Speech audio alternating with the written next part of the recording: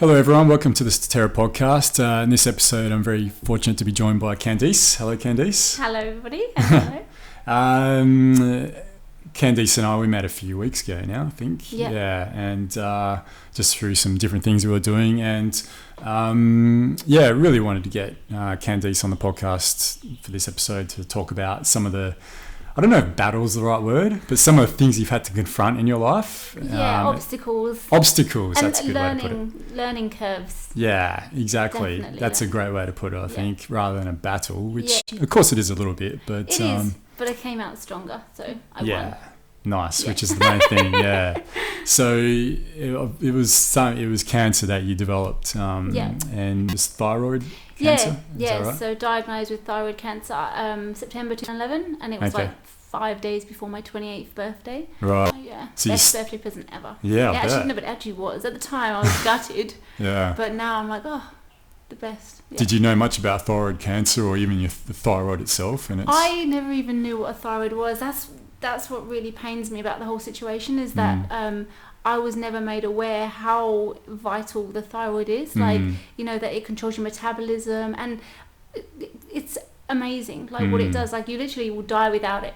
Sure. So obviously I'm on replacement thyroid hormones. Yeah. So I wish that more people knew about how important they are. Sure, yeah. I mean, it's a very important thing, and that just comes down to education, I guess, about our human bodies. I think there's definitely not enough of that in our world, society, is understanding how our bodies work and why it's vitally important to treat it. Yeah. Treat it like a temple, really. There's exactly. that great song, and one of the lines is, I think it's that song by Baz Luhrmann, that Wear Sunscreen. It says, your body is the greatest instrument you'll ever own. And it's very, very true. It's so true. Yeah. And I didn't treat my body like that growing up. Right. So coming from like near London, growing up, it was like drink, drugs, partying. Yeah. Just, I started very young doing all the naughty things. And I think most people in England do that. I don't know if this is the same here. A little bit different. I think it's more alcohol. Drugs are very easily available over there and cheap. Sure. So it was just the party scene, and I was damaging my system from like 13, 14, more so maybe 16, 17, 18 plus. Okay.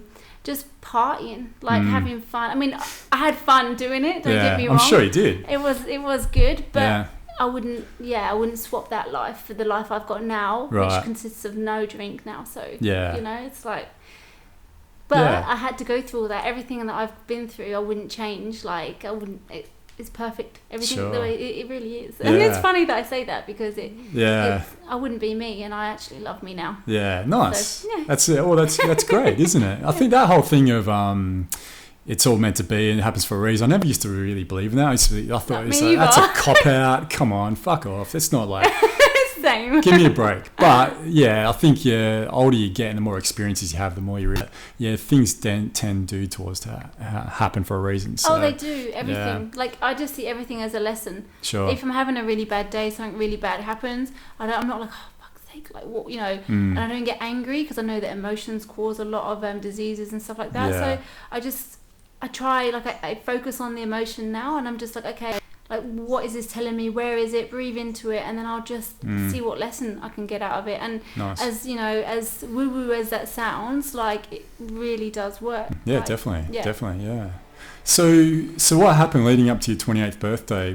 How did it come about, and how did you discover that? Well, I was actually on my honeymoon at the time, and we were drinking heavily, and we weren't really suited in the first place, and we were arguing and drinking. So a lot of built up anger and emotion. During your honeymoon? Yeah, during our honeymoon. Right. Oh, it's because we went on a top deck tour. Okay. And we were drinking a lot, and I was never very good with drink. Right. And he would always try and put me in my place, and just try and curb me from the drinking. Right. And I was always like, "Don't you tell me what to do," Yeah. I was like, and it was him battling against. We were just battling against each other, and I was just in a bad place, and we just did not gel very well. Mm-hmm. And so all that built up, as well as traveling Italy and all over the world, like we meets, drink, cheeky cigarettes here and there, like all brilliant stuff for, like, breeding diseases. I started getting I had a a tiny little lump just above my left collarbone. Okay. And then by the end of the honeymoon, we went back up to Carafa where we were working. It was huge, and it had fixated. Right. So it was like a tiny little lump, and it was moving at first. And I went home back to England when we were on a honeymoon. I introduced the family and stuff. Went back there, and basically... my mum's a nurse, and she was just like, no, it's okay, don't worry, it's probably just because you've been ill, it's probably just a swollen gland. So I was like, okay, sweet, like, fine. Carried on, obviously, went travelling, we were arguing, and I was drinking a lot, and la. And then, when I got back to Carafa and I found it was massive, I was like, no, it wasn't hurting, but I was just like, this isn't right, like, it's not going down, like, it did feel like a gland, when you get your glands, like, swell when you're ill, it felt like that, but it was huge here. Right. So then I went to the hospital, which was the local hospital there, and they were just like, we don't deal with any of that here. You need to go to your doctor. And I was like, love, this is Carafa. There's like a month wait. Yeah. I need to see someone now. This has like been growing. The past 3 months that I've been traveling Europe, it's grown, and something's not right. And she's like, does it hurt?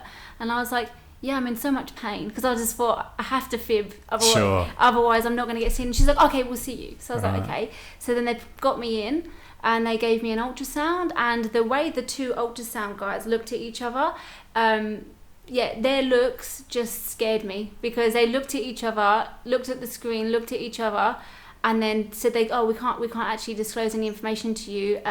What we'll do is we'll send you a letter once we've gone through this properly. And then I got a letter back saying that they wanted me to come in for a biopsy so that they could really delve into what they were. They said basically it had all these lumps in my neck. They said they were all covered.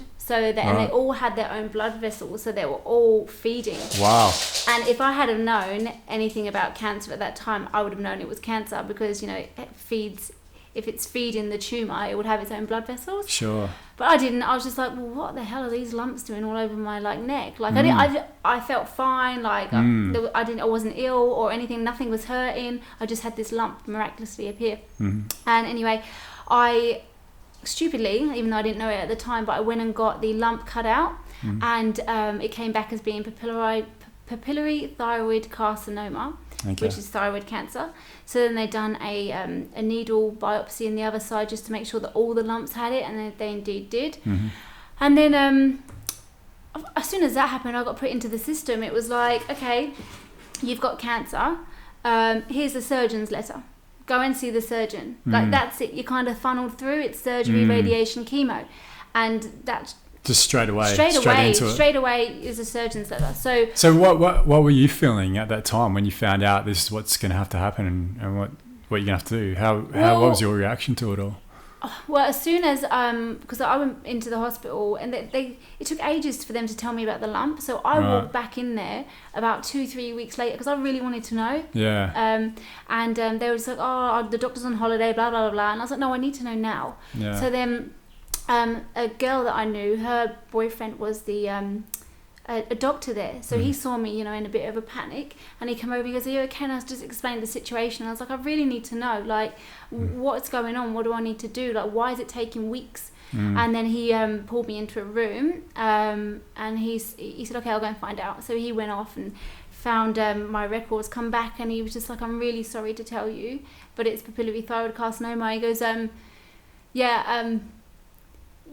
probably, my chances of survival are very slim because it's all over. And I was just like, oh my God. Like, shit. I broke down into tears. And then my husband at the time, he came in, and he heard everything the doctor said, and he didn't really know what to say or do. So he just kind of sat there. I just was a mess. I just was instantly was like blubbering, like crying. And then I went back to my house and just spoke to my friends and family, and I instantly wanted to do it naturally. Like, instantly in me, I was just like, I don't want to be cut open, because they were going to cut me like here, and I was just like, oh my God, like, the vain part of me was like, I need to still do my modelling, I need to this and this. So I was like, I can't be cut open. But then, like, I was just like, if we can heal a broken bone, I'm pretty sure we can get rid of some cells. So that was my notion, that was my thinking. So I rung round all my family and friends back home. My granddad was just like, do whatever you think. My dad was like, do whatever you think, but probably best to go with the doctors, and they know what's best.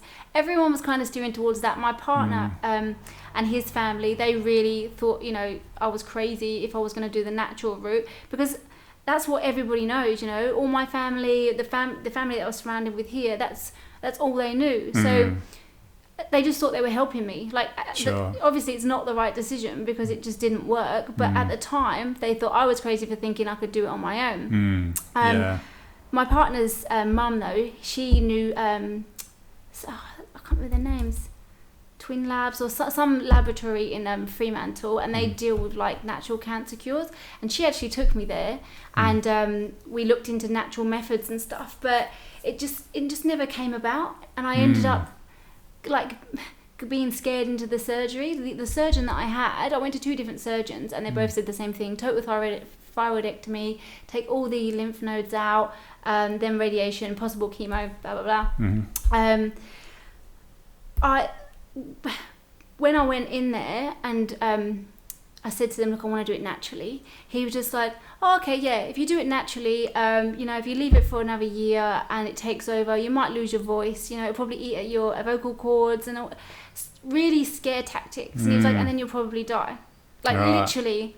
So I just sat there shitting myself, thinking, okay, why is my head saying that I can do this without these this mass corporation? Why am I thinking that I can? Maybe I'm wrong. So I just started doubting myself, questioning myself. I just felt so scared and just so alone. Like, even though I had people around me, like my partner's family, and that they were doing as much as they possibly could with what they knew, I just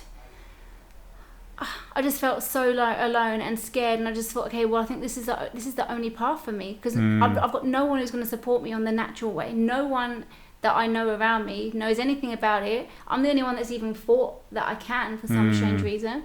I guess that's a thing. Like, if before anyone's diagnosed with cancer, we do hear about all these natural therapies that can help with that now, and you may be like, if that ever happens to me, I'll do that. But if it does happen to you and push comes to shove, your emotions and your mental faculties really do change. And you've got these doctors and surgeons in high up places who know their shit, who are professionals, telling you that you're going to kill yourself if you don't do it their way. And they did say that. Right. It was that intense. Like, if you go that way, you'll probably kill yourself. Sure. You'll lose your voice, and then you'll probably, And I was just like, oh my God, like, I don't want to die. And then I was just like, I don't want to kill myself. Okay, I'll go your way. Right. So I just thought, okay, look, I'll do it your way. And then 90% survival rate they gave me from doing it their way. Yeah, they were like, no, high chances. Yeah, we'll just take out the thyroid.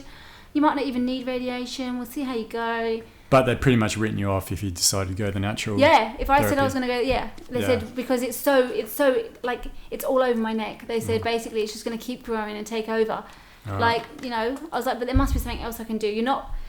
You put into their system straight away. You are given, you've got an oncologist into their system, surgeon, radiologist. Like, there's no, here you go, here's some broccoli, Sure. that helps with cancer. There's none of that. Yeah. They don't even put diet towards it, really. Okay. Unless you get a good doctor that's like, believes in that, but generally I've not met one that does. So they don't look at it from a more holistic manner. It's just surgery, It's just, treatment. Yeah, it's just take it out. It's just chop and burn. It's like cut it out, burn it. Off you go. You can carry on drinking wine. You can carry on eating your meat. It's fine. It's exactly what they say. Like, so when I had it chopped out, I had a horrific experience in the hospital. The surgeon, who is like the best surgeon in Perth, done over 10,000 thyroidectomies, in error cut out my parathyroids. So I literally am in hospital, and I started feeling really ill. And I was just like, I don't feel very well. All of a sudden my body locked up, so my hands just went like this. I couldn't move. I like literally screaming. The nurses come in, and I was like, I'm dying. I felt like I was dying because everything was just seizing. I was like, I'm dying. I could just feel like a tear trickle down my face, like literally. And I don't even know, I just felt my heart like boom, boom, boom, like. And then the nurse come in, and I said, I'm dying. And she was just like, no, you're not. And I was like, what's wrong with me then? Like, what's wrong with me then? And she was just like, I don't know, love. Well, then how do you know I'm not dying, fuck's sake? Like, and then an older lady, she was like I think she must have been like a trainee And then an older lady came in and she was just like, okay, her calcium levels are low. We've just checked her bloods. It's like below 180, la, la, la. And then they put some, injected me and then put some calcium in my mouth. And I was just like trying to drink it. And then they started unprising my hands apart and like easing my muscles. And then they found out that, all my parathyroids had been taken out in error in the surgery, which is, there's a lot of cancer, they're fine. But, you don't expect that to happen from a top surgeon. Sure. So forever I would have to take calcium tablets as well as thyroid replacement tablets. Okay. Was there any benefit at all of taking the parathyroid out? Like, was there a risk at all to have them in there, or he just stuffed up? He stuffed up. It was an error, like an absolute error to do that. He shouldn't have taken it out. Yeah. So... But he did. He did, I know. And the whole situation was awful in the hospital. Like they come around and you're given the coffee lady comes around with 2 sugars and stuff like that. You fried food. No shit. Babe, they're keeping everybody ill. It's disgusting. Like there's no, if you've got a little bit of greens, it's like mushy, soggy dead. Bit of peas or something. It's been nuked. It's not. There's nothing in there. Yeah. And that's what disgusts me. Which hospital were you at? I was at Charles Gardner. Okay. Yeah. Just the whole situation in there was just not good. Right. Like a lady next to me, and they put the curtain around her, and they said, I overheard them, and they just said, look, we're really sorry to tell you, but you've got literally a few weeks left. You pack up your affairs and blah, blah, blah. And she was from Holland, I think, and she was doing a bird watching tour over here. So they were explaining to her, we'll get you back to your family, la, la, la. And then I just looked around at her curtain when they're gone. And I was just like, do you want a hug? And she was like, did you hear? And I was like, yeah. And I gave her a big hug. And I was reading this book about doing it the natural way, because I was just like, I'm so going to, even though I've done it their way, I'm still going to see what I can do myself. And I gave her the book. And she went off, but I've never heard from her again. Oh, really? No, I know. So it was just like, the whole hospital situation was shit. Yeah. How long were you in hospital for? I was in hospital for a few weeks. I was an absolute mess. Right. I was in the room with all of the, all the cancer patients and stuff, and I just went into. Me and my partner were arguing at the time. So I didn't really have any visitors or anything. The only visitor I did have was my ex, Jez, and he was just so amazing. He was bringing me green tea, and when he could, he'd come do my washing and stuff. But other than that, I had no one, and I kept going into myself thinking, what have I done to deserve this? I've got no family, no friends, to come here. What have I done? Now in a past life, I just kept feeling so sorry for myself, and I was a blubbering mess. So I'd have the curtain around me all day, and I'd be crying. In the end, they put me in my own room, so I didn't bring the morale down of the rest of the patient. You're fucking it up for everyone else, Candice. We're gonna have to separate you. Their food was doing it. I think I blame their food. But and I just felt really sorry for myself, because you're pumped with so much morphine. I came out of that surgery with this massive scar on my neck, swollen, given crap food, just constantly pumped with morphine, and just I was out of it, and then I just felt so depressed. I've never felt that depressed in my life, but I kept getting all these pharmaceuticals thrown at me. Now looking back, it's no wonder I was fucking depressed. I was pumped with so much crap. Just crap. Crap. I mean, having said that, I think we should make a point. I mean, I'm not into the pharmaceutical industry and the whole thing out, but we have to admit they do have a benefit. Oh, they do. There are some great points to it. Oh, they do. It's just the misuse of it. Yeah. They do. I just.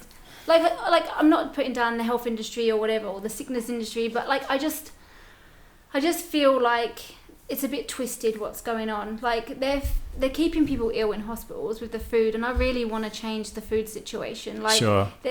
It needs to be a lot better. Yeah, I'm really surprised that. I mean, I've been in hospital once to have my tonsils out when I was a little kid, and it was just some bits of toast and shitty food, I remember. But I would have thought for cancer patients especially, anything to do with the immune system, that would be proper, superfoods and exactly green rich foods. But this is what you would think, and this is what I want for people, because It's not like that. I said to them every time they come around with the little menu card, I was like, I just want the healthiest of everything you have. Just give me some broccoli, please. Yeah, exactly. Like the healthiest of everything you had. And luckily, I was already pretty healthy. I didn't really do the carbs and all that, and I didn't really give into the coffees and all that. So I was just trying as healthy as I could, and as healthy as I could was like brown bread, like a fried pancake with mince in.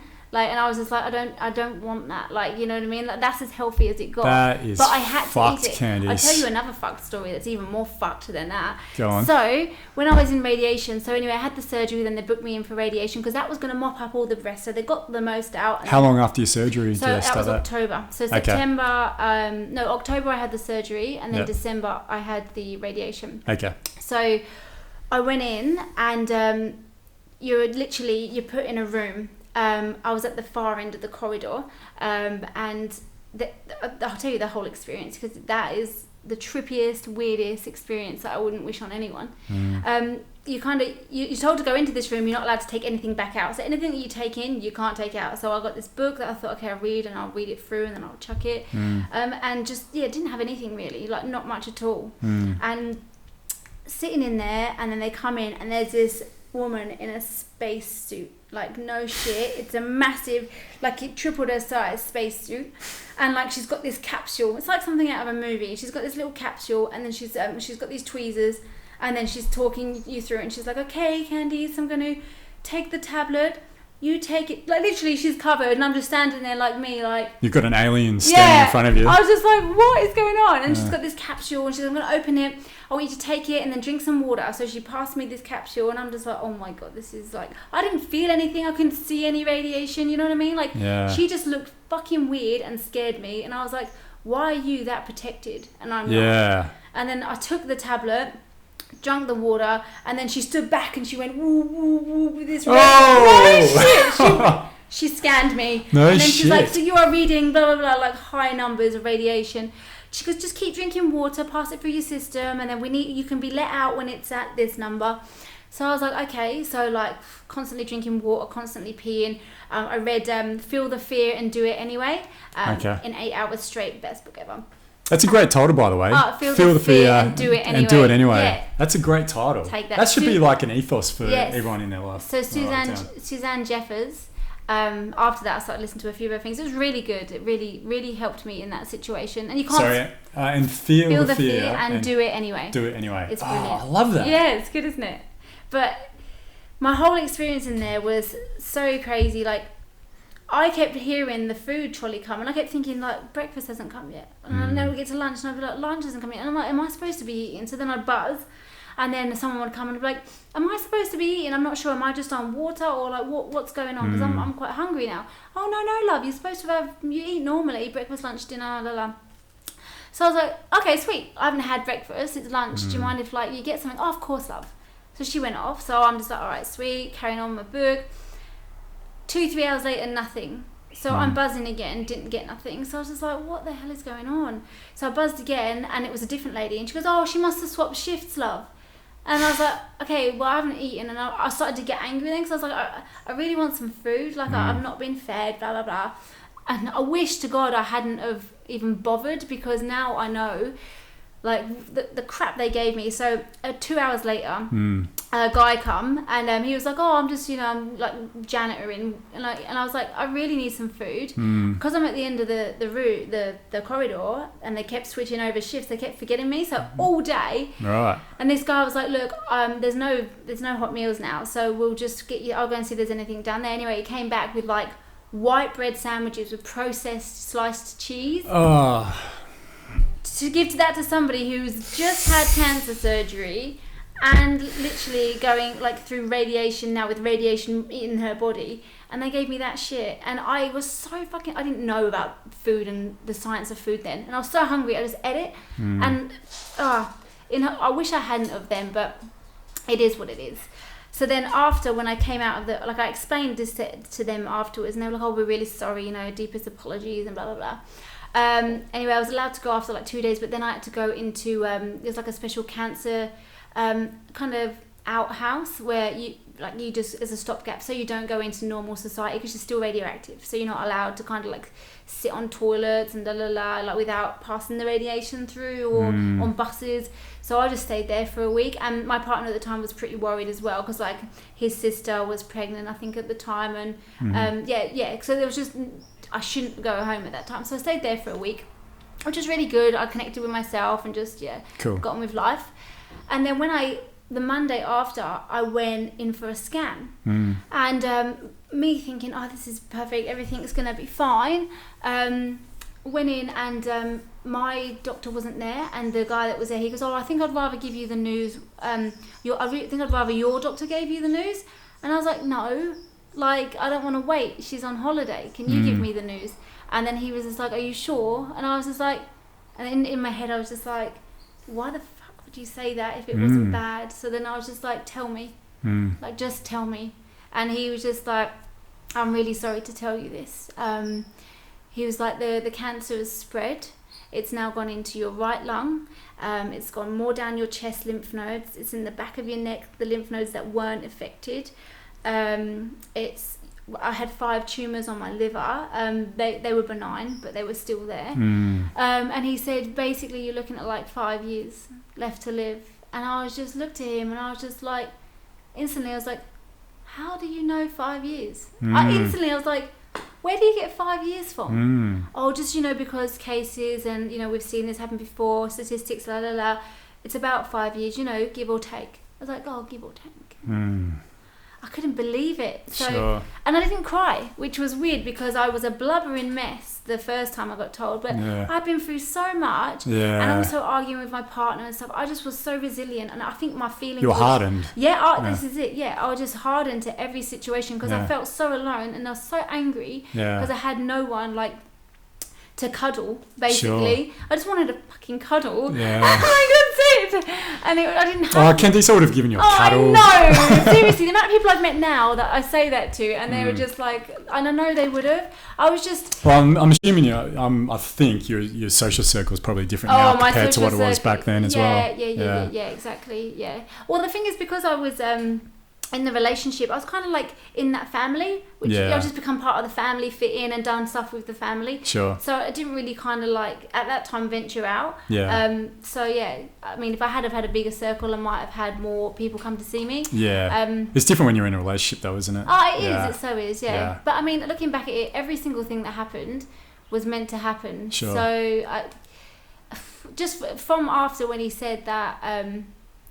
You've got 5 years, basically. I just instantly was just like, no, like something's got to change. Like instantly, I was just like, I can't do this. So then that's when I was just like, fuck you. I was like, I'm gonna do it myself. Like that's when I just knew. So I went back to my partner and their family, and I explained that I wanted to do it, and they were, because they'd seen that the surgery and everything had spread it. Yeah. They'd seen that what we thought was going to help me didn't help me. Sure. So then they were more like, okay, like, like my partner's mum, she was amazing. She took me all over to appointments, and like, just really helped me kind of like get to where I needed to be and do it the natural way, basically. And so helping your research and looking at different methods. And, And it just worked out really well after that. We started getting organic veggies shipped in, cool. Just everything organic, all clean. I stopped eating meat. I mean, the family at the time, they weren't too keen on the whole not eating meat. And like my mother-in-law, I remember her saying to me, you're losing too much weight, and you're looking really skinny. And I just thought it was an attack, so I was like, fuck you. I'm not looking skinny, I'm looking amazing, instantly. But now I look back at pictures and I'm like, she was so right. But you instantly just think, I just felt attacked all the time. Yeah. But that's probably just your mental faculties at the time as well. Very emotional time for you as well. Very. And then I look back at the pictures and I'm like, oh, I looked ill. Like, I looked iller after the cancer was going, because I went to the extreme. So I was just like, right, I've got to get rid of this myself. Like, I'm in control. I have to. So I was just so strict. Like, I went on Google, found out, like, tomatoes, pineapple, like all this stuff. I went on a website, doctorsaredangerous.com, and that took me through to Mark Simon. And Mark Simon was just like a scientist in America. He lost his wife 8 years previous to breast cancer, and so after that he saw the treatment of her, like she went through the chemo and stuff, and he saw her be killed by chemo basically. So he turned all of his efforts and his scientific knowledge onto finding a cure. And so as soon as I heard about him, I was like, right, he's the guy. Like, and he was curing people through nutrition. So I messaged him, and he explained to me that it was like $6,000 for his like services kind of thing, like for lifetime.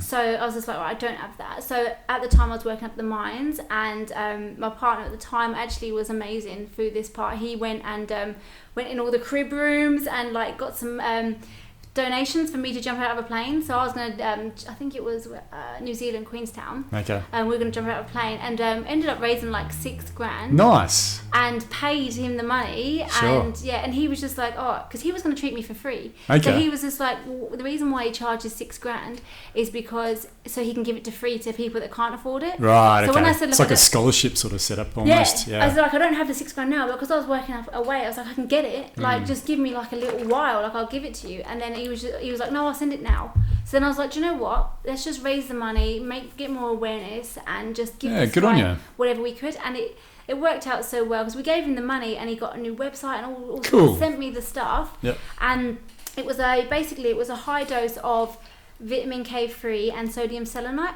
So what I would do is I would go on, because I was already like, I'd quit everything myself. Yep. And then as soon as I went on his protocol, I just noticed such a difference. So it was like 7 days of fruit only. Right. Like only fruit, pineapple, massive bromelain eats away the protective protein layer of the cancer. Okay. And then vitamin K2, K3, like high greens, zaps the cancer and kind of kills it. So there's a whole science behind it. And then like 7 days after, so it's like a 7 day cycle. So 7 days of fruit only. And then I think days 8, 9, 10, I take in the morning sodium selenite and the vitamin K, 2 or 3.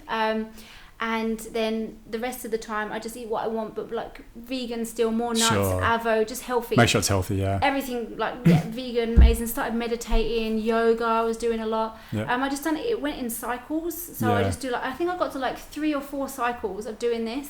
And my partner and his family at the time, they laughed at me because I would lock myself in the bathroom and meditate because there was nowhere to go in the house. The bathroom was it. Yeah, so literally I would sit on the toilet and I would like, get one with the world, but obviously pants up, just purely with myself and the heavens. Yeah. And I just meditated, and I could hear them all outside taking the piss, but I was like, it's all right, I know what I'm doing. And it worked. Like it really, it all calmed me. Like the meditation, you mean? Meditation calmed me, and then after 3 or 4 cycles. How long did that take? The 3 or 4 cycles? So it's 3. So basically, I just kept going one after the other. So I was like 7 days of fruit, then the 3 days there of the vitamins, the high dose, they're like natural chemo. Right. Is basically what it is. And then without killing all the cells, like this is just pure natural. This doesn't do anything to your body. And then the rest are eating food. And then I'd done it again. So I'd done 7 days of, so I'd done it like one after the other. And then once you've got rid of the cancer, you keep it as a maintenance. So now I do it like once every 6 months. Yep. But after the 3 cycles, so that was like, say, 6 months after I got the scan, and they were like, oh, it's level 13, you're going to die in 5 years, Literally 6 months, I went in and got all my tests done with them, because when I got diagnosed, when they gave me the 5-year sentence, I said, oh, is there anything I can do? And they were like, look, come back in maybe, we can't do anything now because you've had so much done to you, but come back in maybe 6, maybe 9 maybe a year. Come back in a year and we'll give you some chemo. And instantly alarm bells rung.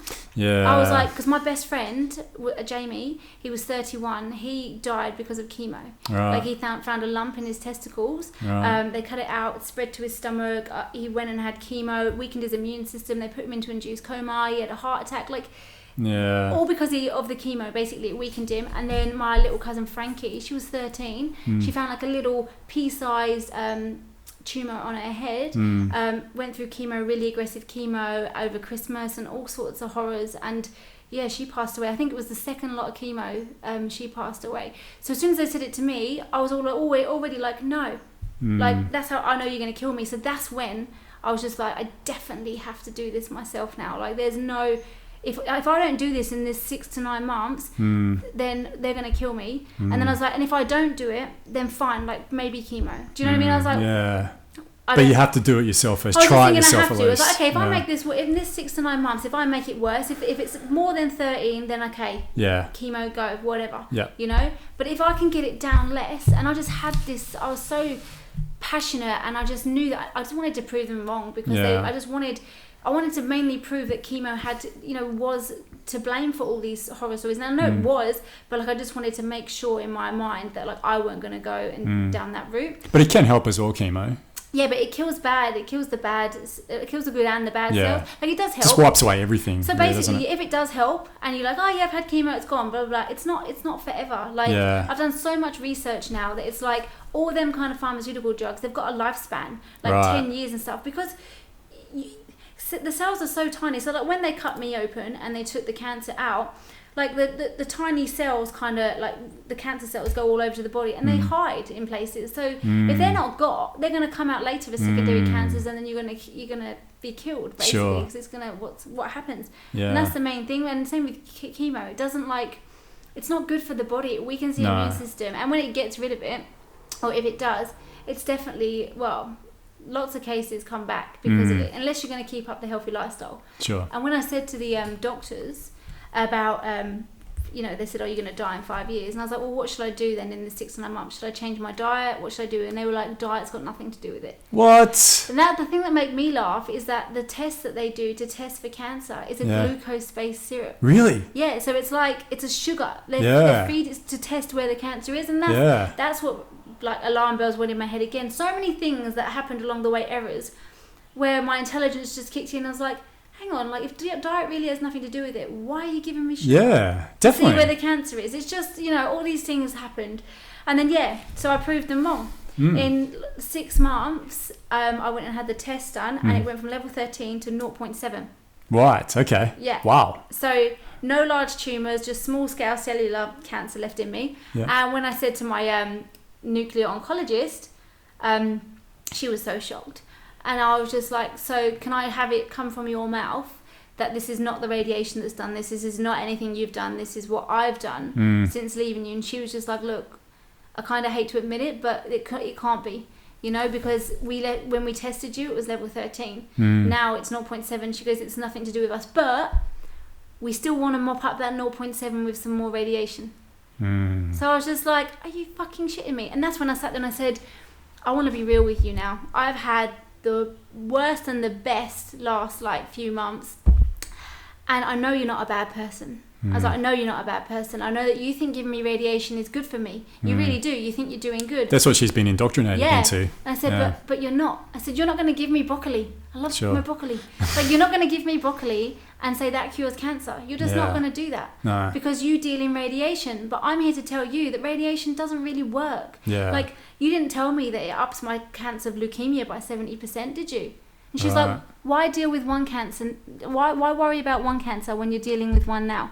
That's what she said to me. Yeah. And I was like, because I don't want another cancer down there. Yeah. Like, why can't I deal with all these cancers and wipe them out? That didn't make sense to me either. And I was just like, look, I'm not going to take it. And I said, anyway, you never bloody fed me. And what you did feed me was crap. So why would I anyway? Yeah. And then she was like, yeah, I heard you had a really bad experience. That doesn't usually happen. There was a bit of neglect there. We're really sorry. La, la, la. And I was like, it doesn't matter. I said, I'm not going down your route anymore. I don't want to come for any thyroid clinics. I don't want to do anything that you... And she instantly was just like, you know that you could be killing yourself. Same thing. And I was even like, after the results are in and she'd seen the results for herself. Because this 0.7. She's like, this 0.7. She goes, this 0.7 could be hiding somewhere and it could blow up. Well, it could though, as well. Yeah, it could. Yeah. But it's going to blow up more if she gives me more radiation. Yeah. Like, I'm going to get more cancers if she radiates me again than if I'm going to go and juice for 6 more months. Sure. Like, I don't get it. Like, I don't understand why they even think it's okay. How do they justify it to themselves? Like, do they get loads of free holidays or like... Yeah. How does it work? Well, I think, again, like we just spoke about, it's that whole indoctrination. Yeah. They're brought up they don't get any nutritional... teachings. Yeah, probably. Even if they do, it's probably not enough. 6 hours. Probably. Yeah, something like that. But, these are, and it's hard to even blame the doctors, I feel like. If they've grown up thinking a certain way since they were kids and then into teenagers, and then they're going to university, they get indoctrinated into... It just annoys me. Oh, I mean, as it would, especially for someone like you who's had to face that. Everyone. I know, this is why I understood, I appreciate it, because she really was genuinely worried for me. Right. I'm sure they all do. I'm sure they all care. She's like, I'm so happy you've done this. She didn't like to admit it, which is what she said, but she was happy for me. She's like, I'm really, pleased that it's gone, but you've still got this 0.7. Let's radiate this. Let's mop it up. Yeah. And I was just like, are you for fucking real? Yeah. And I walked out of there, and I went home that day, and I was bawling my eyes out, because I again doubting myself, even though I'd done all this myself. Again, I was like, oh my god, am I going to kill myself?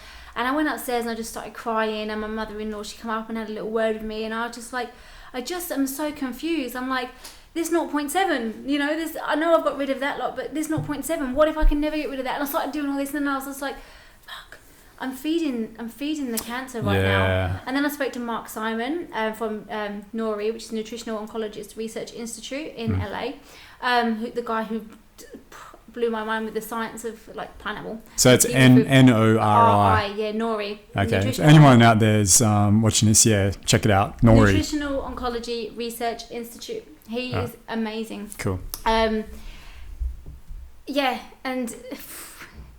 I just left there. Well, I spoke to my mother-in-law, and we just both kind of decided, look, just keep doing what I'm doing. I was just like, I have to. I can't do any more radiation. And then that was it. Yeah. Sure, so that's what you did. Yeah. And then you went back again. No, from then I just would go to a doctor's. Basically, they gave me thyroxine, and I went to a Don Tolman. Don Tolman? Yeah. I went to one of his things, and he basically said about thyroxine being really bad, and I already knew it because I was getting really bad skin. I had really bad acne. Right. Everything was going wrong, and I found out that this one doctor in Fremantle would give me natural thyroid tablets. So I went there, and ever since I've been seeing her, because she is a doctor in the MD sense, but she's the only one that will give me these natural ones, and she's a balance. She's like, Candice, don't be stupid. She's just like, do this, do that. Because I told her I wanted to be a bodybuilder. I was like, right, I'm going to be a bodybuilder. And she was just like, and then I said that my trainer was going to put me on meat 5 times a day. And then she was like, Candice, darling, she goes, you've had cancer. Don't you think you need greens, not meat? And I was like, no, I know this. I said, and I quit meat for 2 years, went stupidly skinny, and started eating fish and meat and having a few drinks again. And, just trying to find a balance without being so stupidly strict and skinny. Sure. And she basically said, look, just if you're going to have meat, keep to your white meats, fish, if you're going to, but just loads more greens and stuff. So then I just thought, okay, right. And anyway, now I found Michelle Nazaroff, and she's a raw she's vegetarian bodybuilder. Okay. She's a world champion. So and she does it all through raw. So now she's my mentor and my coach. So nice. Watch this space.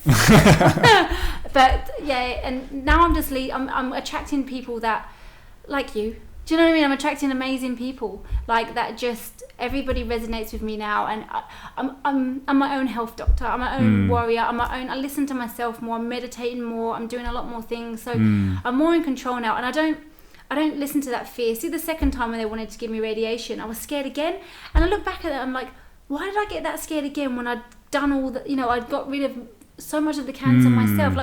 What happened there? But it is because you're with these authoritarian people, who are educated. They know their shit, apparently. Yeah. They are good at broken bones and stuff like that. They are good at, that kind of stuff. But when it comes to cancer and disease like that, I don't think, to be honest, I just think it's a money-making industry. Cancer is a multi-trillion-dollar industry. Sure, it is. So to me, it's they don't want a cure. Opening somebody up, cutting them, giving oxygen to the cancer and spreading it. Yeah. It's not the way. And then feeding. It's really archaic. It seems archaic. Barbaric. It's not right. And I really want to do as much as I can with the time that I have left. Yeah. To change it, which is why I want to do the bodybuilding with Michelle Nazaroff, because people are visually orientated, you know, and because I've been super skinny, and then now I'm just like lost. I just don't know what's going on with the whole the body issue, because my thyroid's, you know, my metabolism system, and it's not working. I'm retaining water and stuff, so and I'm trying to get a balance, because when I was juicing, just pure juicing, fine, like, but I just wasn't building any muscle. Yeah, you know, sure. It just wasn't. It's not always the best thing for you, just pure juicing. Nah, it really wasn't. No. So now I'm trying to find a happy balance, and obviously because people are visually orientated, I want to have those pictures of me, you know, looking super fit and in a bikini, like, you know, doing the... But do you need to, though? No, I don't need to, but I want to. Also for me. Right, okay, sure. But for me, in myself, to know that I can do that on the raw vegan diet, because all these people are like, oh, you need meat, you need protein, and all this. Yeah. Like Michelle, I want to be able to say you don't, like, you know, not to the extreme of bodybuilding, but just to have a lean body. Yeah, physically fit and strong. And be fit inside from real nutrition and not, you know, dead low vibration food. Sure. That's my main thing now. Yeah. So I'm back to, like, I'm a vegan again. So I went like vegan, well, juicing vegan, fruitarian, like all these labels and stuff to just going back to having meat and whatever. I kind of like, not too much, but just having it as a treat every now and then. Sure. To now, like, I wouldn't say vegan, but it is a vegan way. Like, I just, I don't label it. I just, you know, it's super healthy. Salad, you know, greens, like juices, smoothies. And I've got it all on my website that's updating, which is healthycandy.me. And it's just full of, like, recipes and stuff. And same with Michelle Nazaroff, which is nazafit.com.au. Like, hers is just full of amazing programs as well that you can follow. And I lead a very happy and healthy life now. So everything that's happened to me, I cherish everything, because it's led me to who I am today, and I'm meant to be who I am today. But at the moment, where I'm at now is I'm just trying to find a really good balance, like you. Like, it's just a balance in everything. And I just want to spread my message, like, with the world. So I want to get as fit as I possibly can, healthy as I possibly can, mind, body, spirit, everything. And it's like to show that you can go through something like this and then come out and, like, be at your optimal, like be an improved human temple. Yeah, exactly. That's exactly what I need to do. And because, you know, everyone's different kind of learners. So that's why I want to be able to speak it. So I've done loads of speaking courses. I want to be able to get my message across to every kind of learner, the kinesthetics, the auditory, you know, visual, all of that. I want to cover every base, so I'm not missing people just through, you know, their learning skills. Sure. So that's my main thing at the moment. I've got together, I've just started a business, Dreamcatchers International, and myself and Kim Barrett, he's NLP practitioner. Right. We go around and we kind of like train people and help people into optimal health through alkalizing and whatnot. Sure. So preventative measures, which is really, I think, the key with all this. It is the key, yeah. Prevention is better than cure, the saying. Yeah. We're actually going over to Ibiza to do a health retreat. Oh, when? October. So I went... going to be there in June. Oh, really? Yeah. I'm doing end of season. So I detoxed the ravers. Sure. At the end of October. I went there last year to set it all up. And this year is going to be kind of the first kickoff year. Oh, good on you. We're eventually going to get it on TV. Kind of like... you know, like a sitcom-y kind of show, because there's some celebrities over there, because it's Ocean Beach Club, so it's very celebrity orientated. So it's going to be quite... people are going to want to see it, but it's going to get the message out there to people that wouldn't necessarily usually think, you know, like, you can cure cancer, or you can cure it, like, naturally. You know, I just want people to know how amazing they are. I need people to take control of their own health. Like, I must say, like you said, like, I don't want people to totally write off the medical world, because that's obviously they've got their benefits, you know, but there are other alternatives. You know, you can get a live blood analysis, you know, as opposed to a normal blood. You can see how your blood is, and it's like a whole galaxy. I've had that done before. It's fantastic. But you can see what is going on with your living blood. Exactly. You know, I see a naturopath now. There's a guy in Myrie that does it. Yes. Precious Organics. He is amazing. Precious Organics, everyone. If you want to go check it out, he is amazing. Like, he gave me this book to read. Jeremy, his name, Jeremy. He gave me this book, My Big Toe, and what's the belief one? The Biology of Belief. Oh, yeah. Thomas. Wasn't Robert? Yeah, I always forget the name. What's his name? I've spoken about it on the podcast a few times. Yeah. Yeah. So Biology of Belief and My Big Toe. Amazing. Okay. Haven't heard of My Big Toe. I'll have to look at it. Yeah, it's basically Bruce Lipton. Yes. Really good. And Jeremy, like, they've got real health there. Yeah. Like I'm so into all that now. He just tells you how it is. You know, he just says, okay, your blood, you're looking a bit anemic. Your blood's, you know, you need more iron, or there's too many little things buzzing around, or free radicals and all this kind of stuff. And it shows you everything. Like, so I highly recommend everyone gets a live blood analysis. Yeah. And just goes to a naturopath. Yeah, it didn't cost that much either. Like, he does them free. He does them free. The reason why the reason why he does them free. I think I paid like 20 or something. Maybe he's changed it, but because the reason why he did it free was because he didn't want to give people appointments. Okay. So he just says, if you just rock up and I can give you one, I can give you one. Okay. And then we just sat there for hours. Like when I went there, he's really, really good. We ended up getting into like big talks about philosophy and existentialism. Yeah, exactly. Like we sort of moved out of the body and into like. This is exactly what he says. He starts saying that, you know, what we are, like, you know, what we see now, that's not it. Yeah. And that was the first kind of taste when I really thought about it and started reading the books and stuff.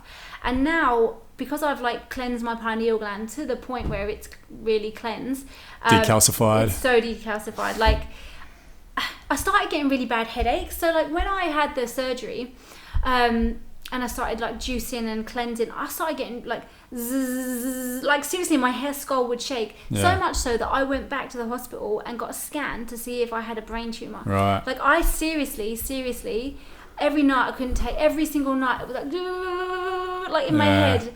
And now with all the research and what I've known, it was literally my pineal gland activating. Yeah. Like I know that now, and it's just like, at the time I thought, it's just spread up, the cancer's gone up, I'm going to die. You know, you instantly do, but no, it was activating. And like now I can see the energies in the air. You know, I can make like little energy balls and pull it apart. And I'm working with my energy healer, Rishi.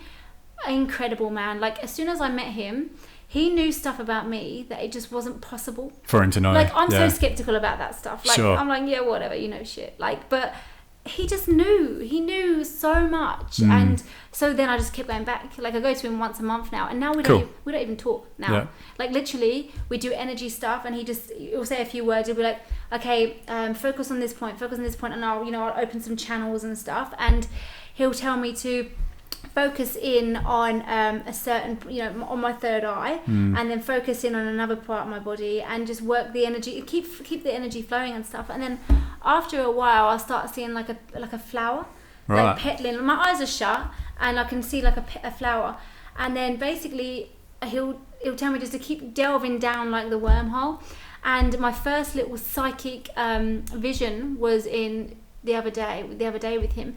I saw like a baby, you know, like a fetus, little, and I saw one, and I said to him, oh my god, I can see like a baby. I think it's just a brand new, like literally just conceived kind of baby. And he was just like, okay, whose baby is it, think about it. And he goes, it's not yours, but whose is it? And I just couldn't get that. But he's fully psychic, and he knows that I have got that too. Like we all have that, but we've just over the years been dumbed down. That's it. And the fluoride told that we can't do that. And the vibrations gone. But we are all psychic, and you would never have caught me saying this 5 years ago. Yeah, like, me either. Even 2 years ago. No, when you had me saying. 2 years, same. You just wouldn't. And now I'm seeing stuff like. I'll just be like sitting down, and then like I'll see the wall start to vibrate, and I'll just be like, oh my god. And then my third eye will just start, like, I can feel it now even talking about it. Yeah, I've had that before too. It just starts activating, and I'm at the beginning of this journey. So the cancer journey for me is done. I've got no more cancer. It's now 0.2. Cool. And I just keep going, getting regular checks. I see my naturopath, and just keep getting checks like my way, like not you know, being scared into another way. And now I'm just opening the door to this psychic ability. Like I never thought it. Even saying it now, I'm like, fucking. I know. Ew, weird. You know what I mean? Like, but it's there. Like I can see it. I can play with the energy. You know, I can do it. I'm actually seeing it. I'm not making it up. And then when I'm meditating now, I'm seeing so much. I'm seeing like images flash past me, and it feels like it's a past life, because it's like, for instance, last night when I was meditating, like hundreds and hundreds, look like Nazi soldiers marching past me. And I don't know if I'm one of them or if I'm just a bystander. But they are marching past me. Like, I can see it all. But it's more like it's loads of shapes. And then they turn into this image. And then it will go. And then it will turn into another image. And I'm so new to it. I'm not sure what's what. I'll get a projection. It will look like it's projecting out. And there'll be images there.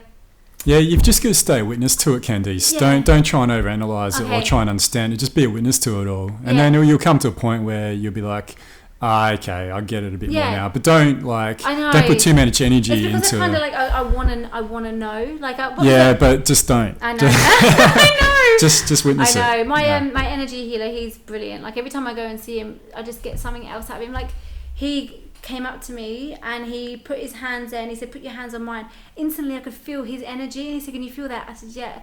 Shut my eyes, and when I opened my eyes I could see all the energy around him, and he said, you can see that? And I said, oh, I can see that. Nice. And that's how he gets his readings and stuff. So eventually I'm going to be able to do that, and I'm going to be able to help people like he's helping me. And then you pay it forward. Exactly. And that's what it's all about now. Like, I literally just want to help. Well, it's what it's about. What's happening at the moment is that there are literally people waking up all over the world. That's the only way to describe it. Is they're waking up. There is a major shift, and people's abilities are starting to get to a stage where, again, like even 12 months ago, I would have thought, hang on, no. But it's happening. Like, it is happening. And anyone out there who's listening to this and thinking, what the fuck are those two on about? I was one of you. Believe me, I was. Same. Trust me, I was like from London. I used to like stand on tables and dance and shit. Like, not like that.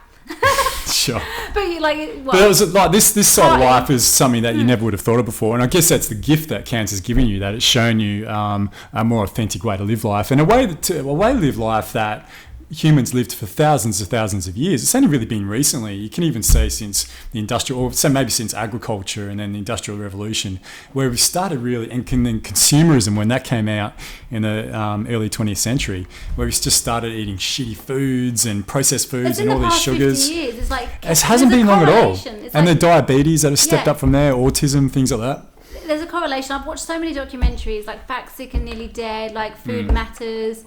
There's just so much out there, like Food Inc., that just all spells it out for us. Like, it's like in the 50 years that fast food and the whole food industry has been predominantly dominated by these fast food industries. Like, the whole meat industry now is controlled because of the fast food.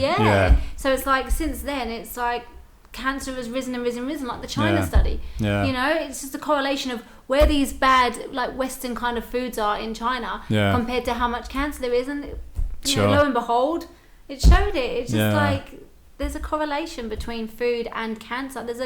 Food is amazing. It can either feed cancer or kill cancer, diseases, or prevent it. But basically, whatever you put in your mouth, you're voting for what you want to do. Do you want to breed disease, or do you want to like prevent it? Yeah, but that's the thing that people who are. I mean, I've got someone very close to me who's battling depression, and she's been battling for a long period of her life, and her comfort or her medicine is sugar.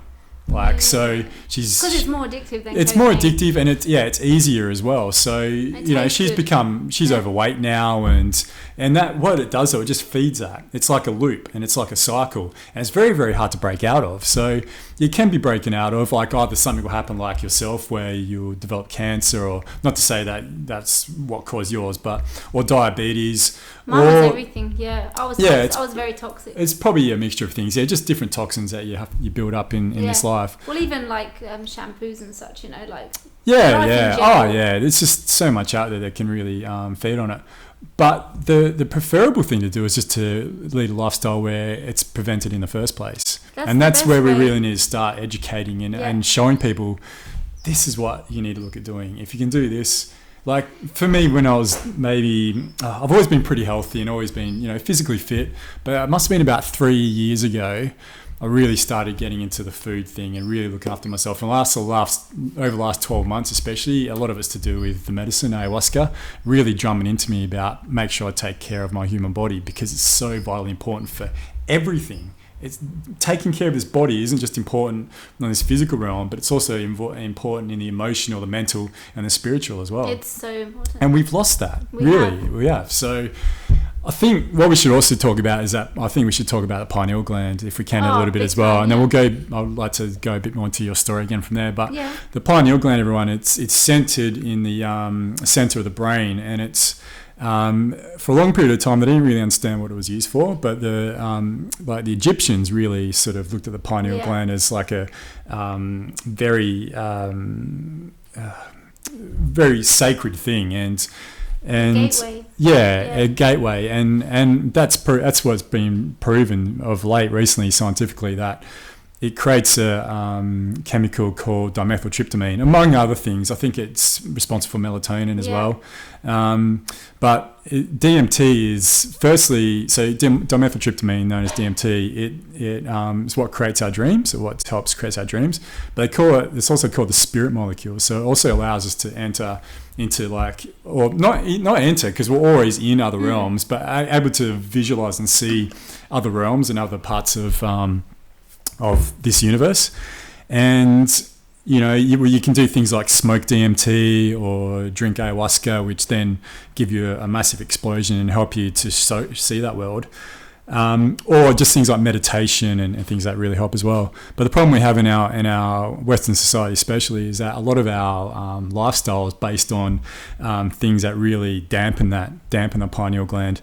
They call it, the pineal gland's a third eye, and in reptiles it even has a lens and a retina as well. In reptiles, the third eye is a lot closer to the skull and has a lens and a retina. Doesn't it have a lens in humans as well, I think? Yeah, but it's very tiny. Yeah, but it does, and the problem with a lot of the foods we eat, and also the water we drink as well, the fluoridated water, is it calcifies the pineal gland and prevents a lot of that DMT from being absorbed into the body and put to good use. So it's a very important part of the brain, and it's the only part of the brain too that doesn't have a symmetrical, like the brain has the left side and right side, and for everything that's on the left side is also on the right side of the brain, like every little bit of the brain. But the pineal gland is the only singular organ or gland in the brain. Yeah, it's a very important part of the brain. So more and more tests are being carried out as far as the importance of it go, and what it's actually about as well. So yeah, I definitely recommend people to read up about it. Oh, definitely. Yeah. Like everyone needs theirs activated. Yeah, definitely. Exactly. So, Candice, you had a certain lifestyle. You were then diagnosed with thyroid cancer, and then I was going to say pituitary then, but yeah, thyroid cancer. You did the surgery thing, the Western mindset, scientific way, and it didn't quite work. Then you just took matters into your own hands, looked at it from the more holistic and natural way to get to a point where you are now. How would you describe yourself now and the person you are now compared to who you were in the days, months before you found out about your cancer? Well, I believe that we mirror people that are around us, and I was attracting whatever I was, and everything was toxic. So yeah, I was toxic with like chemicals, or I was using like normal shampoos, conditioners and all that. Like I wasn't doing drugs or anything like before. That was like my younger days back in England, but I was in Australia after that. So yeah, the drug thing had stopped. We were drinking, but we were drinking at weekends. It wasn't crazy. I'd done all my damage in my younger days. Sure. And so I was just very toxic. Everything was toxic. Everyone I was kind of hanging around with they just weren't me, and I knew that. So there was this deep kind of like I just felt like I was trapped, and I wasn't. It's funny because it's my thyroid. It's like the throat chakra, which is your communication, and I wasn't communicating my truth. Sure. So it's so funny. Like it was a kick up the arse. It was a massive kick up the arse, and now I look at everything from the energetical kind of like spiritual sense. It's like, oh my god, no wonder it was thyroid. Yeah. I was constantly hiding the truth from me. I was just like, I was so unhappy, but I was in such bad situations like that I just knew that weren't me. Yeah. And I just allowed them to go on for, you know, various reasons. And that's definitely something I've heard of before, how like keeping things in emotionally, depending on what it is, actually has like a part of your body. Emotions are so important. Emotions, it's energy. So if there's a block somewhere, you're going to get that on a disease kind of level. Yeah. You really are, because it's the weak spot, you know? Sure. So it's the same with like the acid alkaline balance. Like you're just going to get cancer wherever the acid can go to. So it's just wherever your weakness is. It's the same as all energy and stuff like that. Yeah, nice. So compared to then, now I love me. Like I couldn't have loved me because I wasn't nice to myself. Like I was in relationships I knew weren't right for me. I was, you know, drinking with people I knew weren't right for me. You know, I was just doing things against my natural intuition. I was literally getting signs and being told my true self was telling me, and I was just like, fuck you, I'm gonna do that. I don't know why, but I was just going against what I knew was right. And but it had to happen, and now, I'm glad it all happened. Everything happens for a reason, and I love every single person that like I feel wasn't right for me. They were right for me in a way, you know. So like I still love every single person, because now it's just like I'm attracting such amazing people. Like I have had these shittiest relationships going. Like seriously, I could write a book on relationships alone about how bad I have had it. And how, you know, but it's just because I've attracted that person. Yeah, and that was part of you. That's who you were. And we've not been right for each other. Whereas now, like, I've attracted an amazing bloke. Like, he's incredible, and he's totally understands me.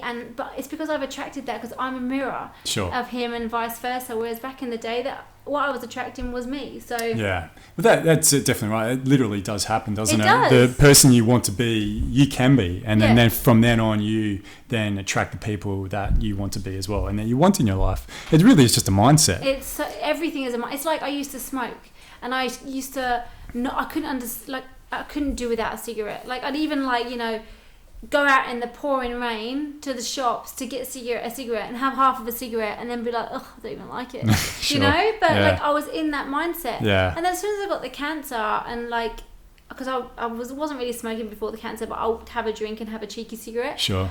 As soon as I got the cancer, I was just like, I don't want that. Like it was just switched off. I didn't have to think about it or anything. I didn't drink. I didn't like eat, smoke. I didn't eat crap. Yep. It was just so easy. Whereas before, it was so hard to go on diets. It was so hard to, you know what I mean? Yeah. Because I would just constant battle in my mind. Sure. But once I was so sure, well, I was going to die if I didn't. Yeah. It was like there was no other choice. And I think I'm glad I was given that wake-up call, because I probably would never have quit any of it, you know? Yeah. I'd probably still be in that marriage and just, you know, not be happy, and him not be happy. You know, like, it's just... Yeah.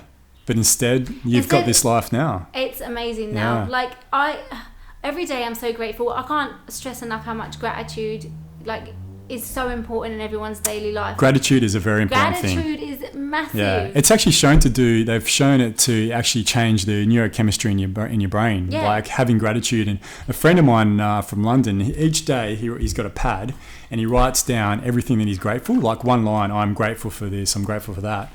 And he does it, the same things, like it could be the same 30 things or however many he's got.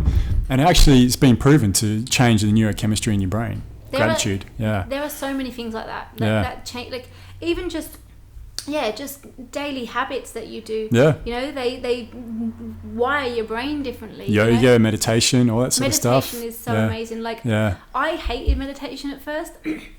I couldn't do it. My mind's always going. Yeah. So I couldn't do it. So I started with binaural beats on YouTube, on my phone, with my headset in. And I would just think, well, I'm not going to take time out of my busy life. I'm just going to fall asleep to them. Sure. So I would just like literally put them on, fall asleep.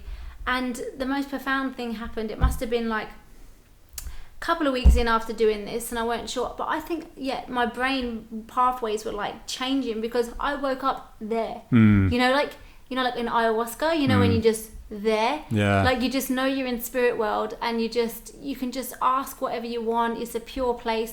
And that's when I knew it's you. It's your true me. self. Yeah. It's just me and no ego. Yeah, exactly. You know? It's just your true higher self. Yeah. No ego. None of this You can't. No bullshit. Yeah, no bullshit. Yeah. And I was just there, but I'd fallen asleep, but was there. Right. And I woke up, but my eyes were shut, and I was like, oh my God, I'm here. And you can just see this whole world, like, in you. It's like everything that you need is in you. And as cliche as it sounds, and when people used to say it to me, I was like, shut up.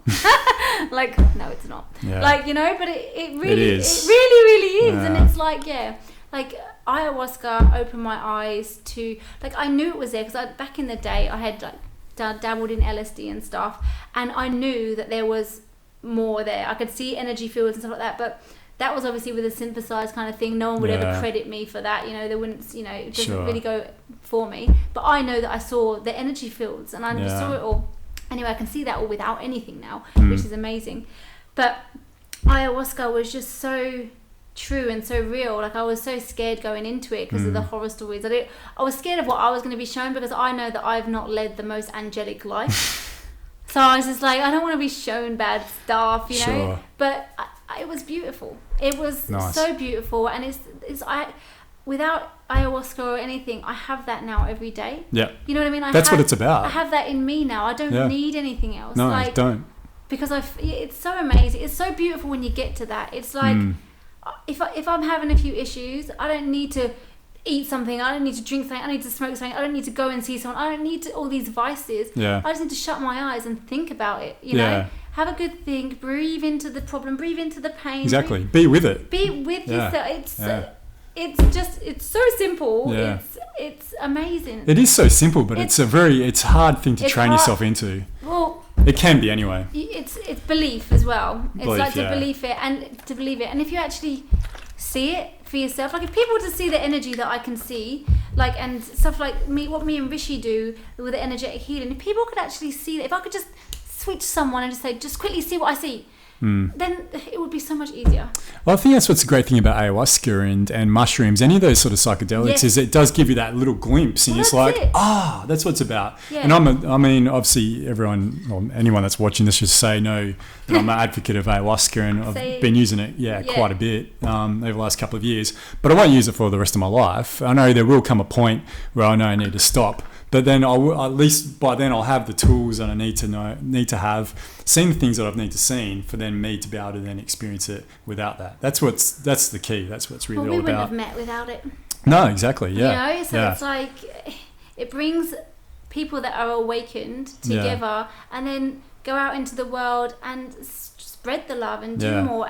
But you're coming from a real place because you've seen well.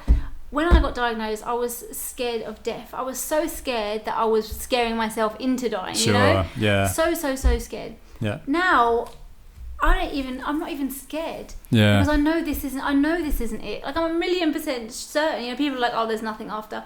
There so is. There is. Like, I 1,000,000% know. And it's like, I'm glad that I have that because I'm not scared anymore. And I just wish for anyone else that is scared of dying or, you know, anything like that. Like, if you could just practice meditation and just even do ayahuasca, go into, you know, the jungle and do it with the shamans and whatnot. Just go and have a real life experience, but just see that there is more to life than waking up, going to work for someone, making someone else millions, you know, to buy shit you don't need. To buy shit you don't need, to be unhappy, to spend your time away from your family, you know, just go and live, like quit your job, go for a walk, like go walk in the bush, like, you know, just definitely go to the jungle and do ayahuasca, like go travel the world. Sure. Like, I think the thing is, Candice, what makes me really optimistic for the future is there's more and more people doing that. There's more and more people like packing in their jobs, saying, fuck this, I'm going to go and find out who I really am. This so is. Yeah, it's great. That's what really is optimistic for the future.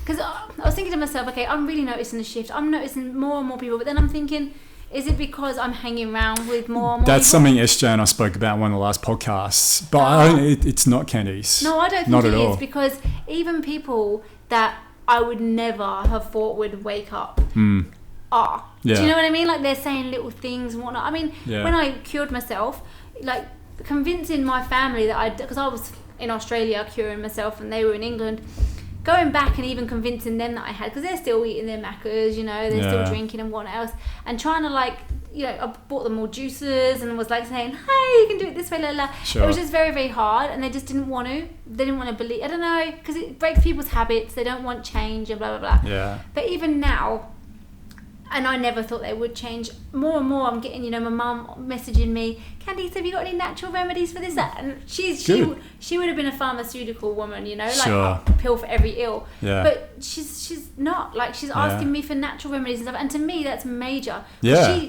She even when I said I'd cured myself of it, she was just like, oh, but the doctors still blah blah blah. They have their place, which I agree. But I was just like, but Mum, I have just done it with food. Yeah. Come on. Yeah, sure. That's all you need. But now it's happening, and a lot more people are really waking up. Like to it.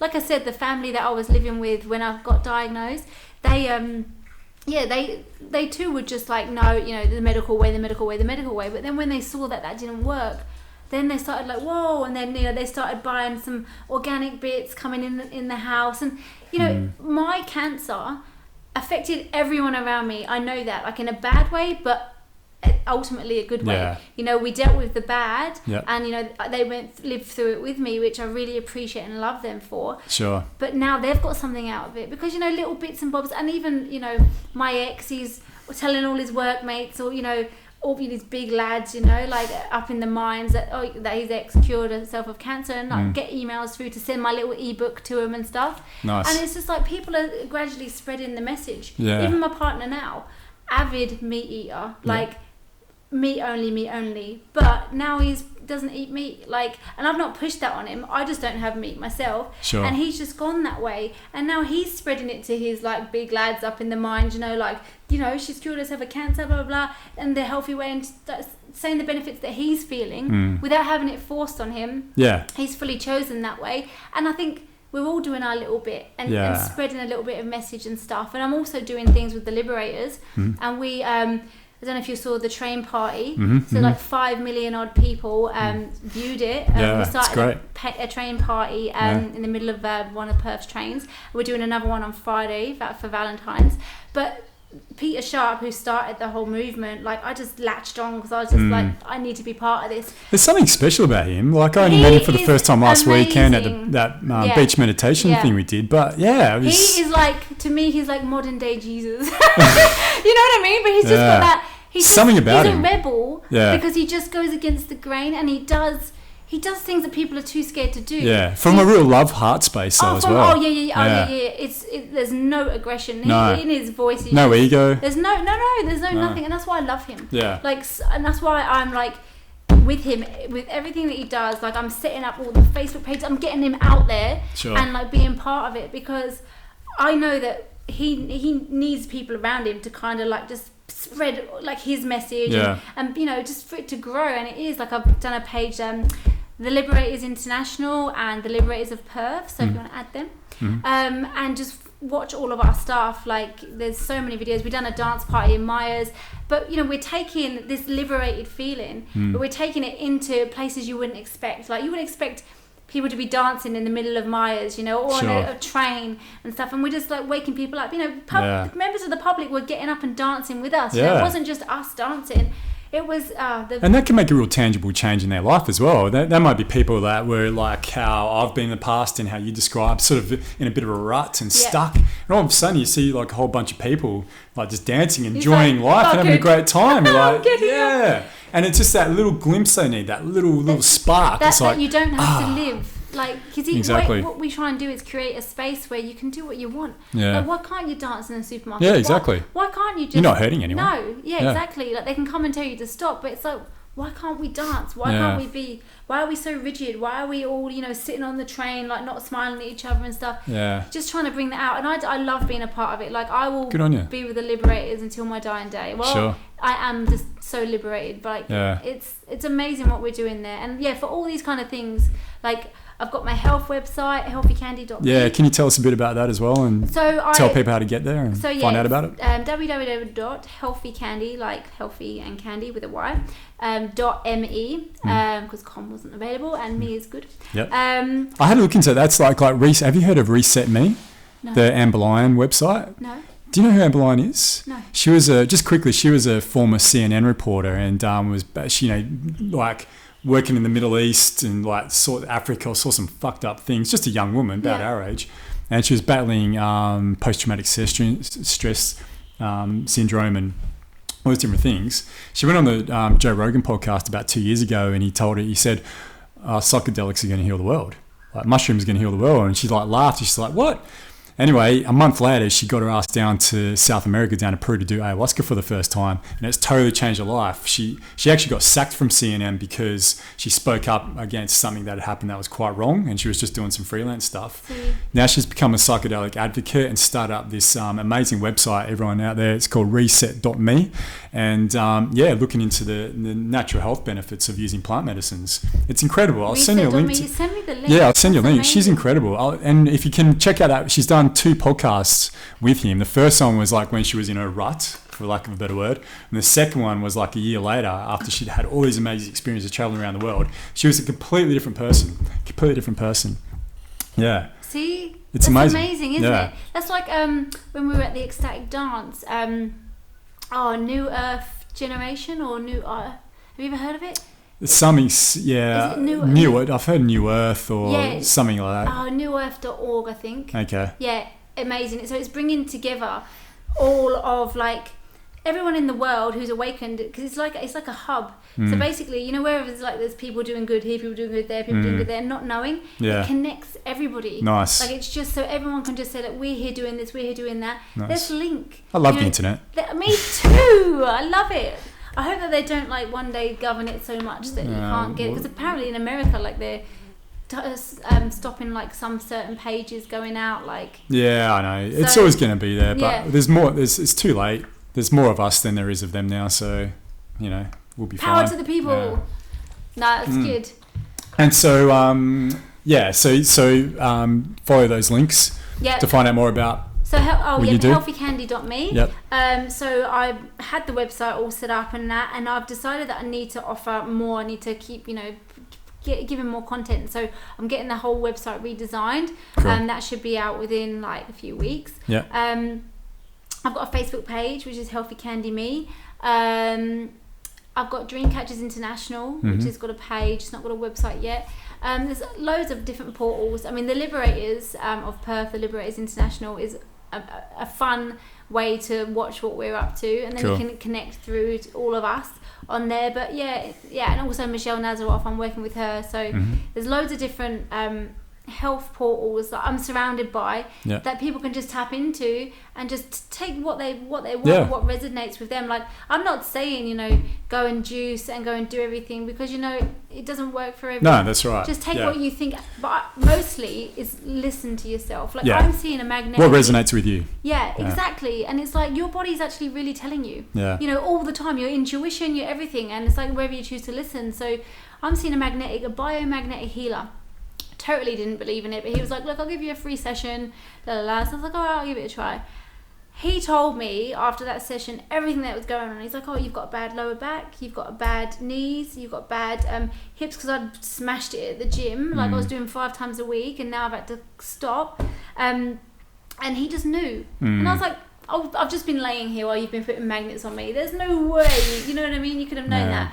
And now I go and see him. Well, he only sees me like when my body says. Right. So I've got my partner in there, and he said to him, oh, I can't, your body doesn't need me to see you. He was just like, after that one time, that was it. But with me, he thinks next time might be my last one, which is my 4th. But I go into such a deep state of meditation with him that it's just, with Rishi doing my other energy healing, with Edgar doing my biomagnetic stuff, and me looking after myself with my naturopath at my side kind of thing, and then doing the health, I'm surrounded by it. Well, I believe I'm doing complete health now. Like, I've stopped drinking, stopped coffee, stopped meat, stopped dairy, and I'm just back to pure health, but not so extreme. Sure. And so, I mean, I want to advocate that way. So on my website, it will be that, but it's all about a balance. Like, if you want to have a coffee, you want to have a wine, exactly. You want to have a bit of steak, bit of chocolate, go for it.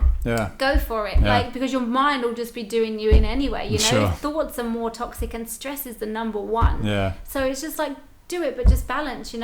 have your wine, but have a green juice like before or something, Yeah, coconut water is fantastic too. Yeah, coconut in your wine. Yeah, it's all a balance, and that's the only way people can live, really, because we know that stuff's there now, Yeah, exactly. We've had it. We're conditioned to want it and stuff. Yeah. So just treat yourself, but I say 80-20.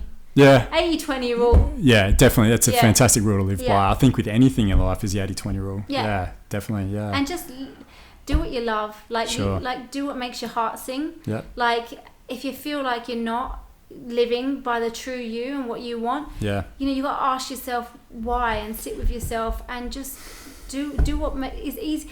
When you're living your true authentic self, this is what I found. Life is so easy. Yeah. My perfect partner came, my perfect kind of jobs. I'm doing my own businesses. Like, everything is just falling into place. But when I was not living my true self, everything was so hard. Yeah. I was arguing every day. I was constantly stressed out. Yeah. But now it's just like, I don't even argue. Like, nothing. We don't argue. Nothing bad happens in my relationship now. It's just like perfect. That's the fear cycle you're talking about. A lot of us live in the fear cycle, and we live in a job that we live in a job where we work in that job where we're in fear of leaving that job, or we're in fear of leaving that house that we live in. And once you break yourself out of that fear cycle, and if you've got a job or you're in a relationship that you don't like, get out of it. Get out. Seriously, get out of it. And it probably will be hard for the very, very short term. Really? But in the long term, like Candice said, the universe really just starts looking after you after that. It does. As long as you start living your true, authentic self. And you've got to trust. And approach it from a loving aspect as well. Yeah, everything with a loving. Like, even the people in my life that I perceive to be bad or, not right, I love them because you have to. They've taught me about me, you know. So it's they're the ones that need your love the most as well. Exactly. Even though it's the hardest fucking thing, it's something I really struggle with still too. Love is big. Yeah. Like, once you can project real love for other people, you have it for yourself. You do, definitely. And love heals. So when you get that burning love feeling, it's the most powerful energetic thing in your body. Yeah. So when you're projecting out love, like, literally, there's studies shown that if I was to build up love in my heart now and just push it to you and really imagine and go into that. I just felt it. Thank you. Seriously, yeah. You would, because they've done a scan, like a radar kind of thing, and it showed an energy burst coming from the person. Yeah. Oh, no doubt. And it's just that happens. Yeah. It's real. So if you're feeling that much love for yourself, and you're pushing it out to the world, and everyone's doing that, the whole vibration of the world will rise, and we'll just live in harmony. And that's what's happening, Candice. That's why it's such a great fucking time to be alive at the moment, because that's what's happening. I do feel so grateful for being alive. Every morning I wake up and I've got the best views in Fremantle. I just look over the harbour and I'm just fuck, I love life. I'm so grateful to be still living. I'm so grateful for the cancer. It was the best gift I could have given myself at the time, it got me out of what I was lying to myself about anyway, So it's I could have taken the easy route and just not have done it in the first place. But then I had to have the big thing. It's all right, you haven't listened this time, you haven't listened. Okay, you're not going to keep listening? Fine, we'll fuck you up. Yeah. And it's all right, I'm listening. And then now I'm I listen more now. If something doesn't feel right, and it may seem harsh to some people, I'm just no, I'm not doing that. I'm not, I can't, Nice. You got to listen. Yeah, definitely. Candice, darling. I think we may end it there. What a fantastic way to finish it. Yeah, it's been amazing. Thank you. Thank you. It's such an honour, and I just want to say thank you very much for sharing your story. It really is an honour, and I feel very blessed and also just very grateful that to have met you, and I guess to be able to become close friends like we have, and then for you to be able to come out here and share your story, and no doubt help a lot of others as well. That's what I want to do. Yeah, that's the main. I feel like what 28-year-old gets cancer and cures it and just does nothing with it. I feel like I have to. That's why I'm a graphic designer and I can put all my skills into. It's a responsibility, really, but it's a pleasant responsibility. It is. Well, I get people asking me information and stuff all the time. People that are been diagnosed and stuff. I can give them an alternate, advice to what they've been given at the hospital. So to me, it's just I'm not saying don't do that, but just listen. I've done it. I've been through it. I've done their way. Yeah. So I'm kind of glad that I've done it their way. I lost my thyroid, but I'm growing it back. Yeah. But it's a valuable lesson. It is, because I can say to people, look, I've done their way and it didn't work for me. Sure. But then I've done another way. So before you step into their way, how you probably had this cancer. I had mine for 12 years apparently. So it's like you've probably had this for years. Why do you need to cut it out now? Why do you need to break it in now? So why don't you just take 6 months off? Yeah. Go and do a detox, do a bit of water fasting, you know, all that.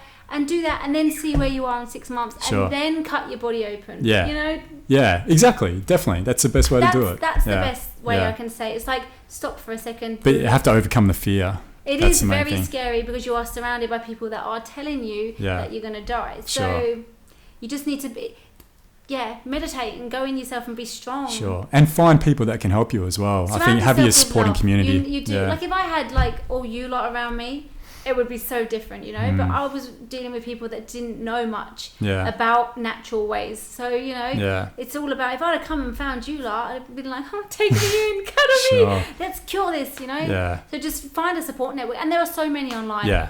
Like, message me, call me, whatever. I'll happily like be your support network. Yeah. Good on you, Candice. Yeah. Right, great. Well, we might wrap up there, eh? Thank you very much. And we'll definitely, I'd love to have you back on again. I feel like there's a lot more we could go into with this. I could talk for hours. Yeah, hey. So I can tell you all my next journey of this pineal opening. Sure, please do. I will. We'll do that, eh? Sounds good. Thanks so much, darling. Do you want a hug? Yeah. Give me a hug. Should we do it live on air hug? Yeah, let's do it live on air hug. Thanks so much. Oh, you're a legend. So are you. Thanks, babe. Thank you. And thank you very much, everyone else. And any questions or, if you want to get in touch with Candice, ask her about anything to do with what we spoke about today, just, please get a hold of her, also through Facebook or any of the other sites that she mentioned that she has up and running. Please do so. And, until then, we'll see you next time. Peace. Bye. Thank you so much. That was so good. What a story. Wow. Yeah. Incredible.